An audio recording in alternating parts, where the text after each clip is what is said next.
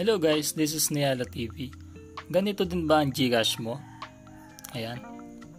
Kakaganyan siya, no? Meron siyang sinasabi na i-turn off yung developer settings at unknown sources. Kailangan daw is i-off natin yung developer option tsaka yung unknown source settings. Okay. Ginagamit ko yung developer settings na yan para lalong bumilis yung animation ng ating cellphone. Kagaya nito. Nandito na tayo sa developer options. So dito, yung animation yung aking siniset dito para mas lalong bumilis yung animation. Hanapin lang natin yung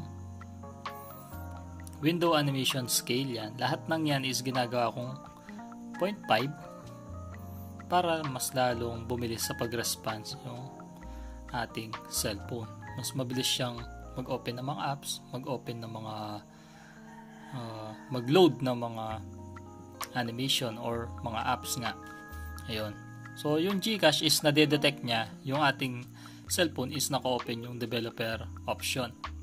Okay. Ang magandang gawin natin dyan mga tol, no choice tayo kundi i-off yung developer option. So makita yan sa setting.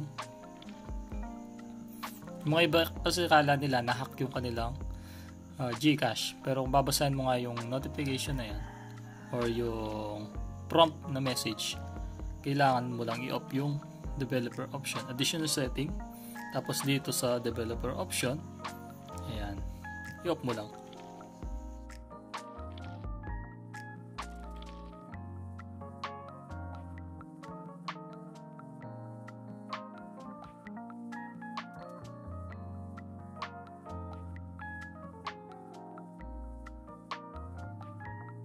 So ngayon, magagamit na natin yung ating Gcash ng normal. Mag-o-open na siya. Ang disadvantage lang, syempre, hindi na ganun kabilis mag-response yung ating mga apps or yung animation ng ating cellphone. Medyo mag-slow down lang. Ayan. So magagamit na natin siya. Wait lang natin. Try lang natin ulit.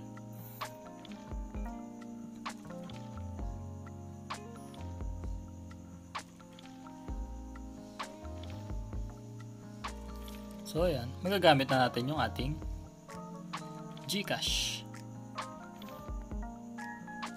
Ang laman ng aking Gcash ay piso. Ayan. So ganun lang, no. Yung prompt message na yun, inuulit ko, is hindi na-hack yung ating Gcash. Kung di, pinapa-turn off niya lang for security reason yung developer option. I-off nyo lang yun, tsaka yung unknown sources. Pero sa unknown sources naman, nag-auto off naman talaga yung ating settings doon. So nag-on lang yan. Halimbawa, nag-download ka ng third-party app sa Chrome.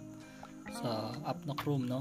Pag mag-install ka na, doon mo lang i-on yung unknown sources. So pagkatapos mag-install ng app, magto-turn off naman yun eh.